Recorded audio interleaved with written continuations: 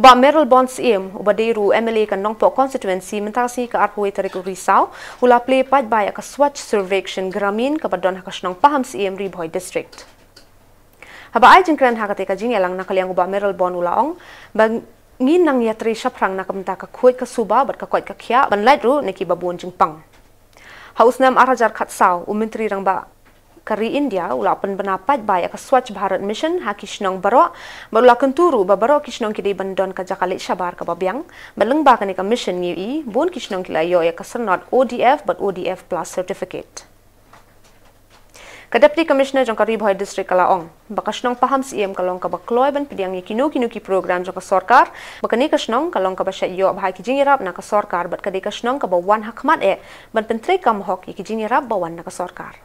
Yang jiwa kuat, jiwa suba, kenang bah nilai nanti jinglet cabar kotan, kata jadi kejung temu, nanti yang jauh kesorkar peren, pat kesorkar jela.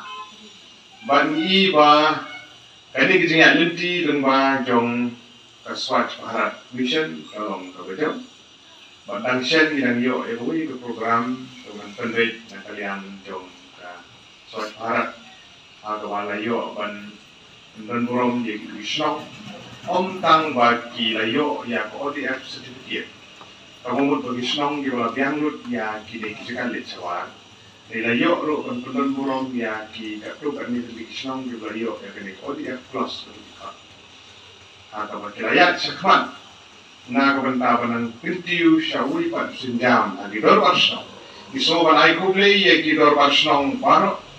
Isoban ay kuble ya ki Village Health Sanitation Committee gibadan hanging trail karkan but ka health department but giwe di department gibadan kabenta ka makau ke PHE na kabenta banwa ijin ko di suba apo kisnong githaw gidumi gimla abalan ko kisnong paamsim gari ko di kisnong gibala he gibala bun di nang song gari ko kisnong gibala hangmi ko sor no po but ang ismoborom sibun ginong yalam kisnong gibala litno gibala jubat di tamu di por go munswa Kina ngalam sinong di bawanta, apo kini ngalam di bawah jeduin kumang sinong, awan kang suwe, basi kum sekretari di sinong, kiba laya simpian, anjing terilang rekan berkisah long kini kiri orang bapa, kila yala ban, poi jodong tong di jingjau bermata kesini, isokan ai kurang sibuk ya ke Urban Affairs Department di Kongkurba di Balangsti, kita dah berbentak kau, nak berbentak funding. Jom dari projek kumba sangat kambing raja nanta ke tim na buat PHE kibala long-term implementing agency berpenteri direkam nilai ini kalau begitu saat sambil kapilpon untuk bangin ayo berpenteri berpasi. New dan kita di facilities program. Nah kata-kata haba kawan ke program na buat SBM Urban.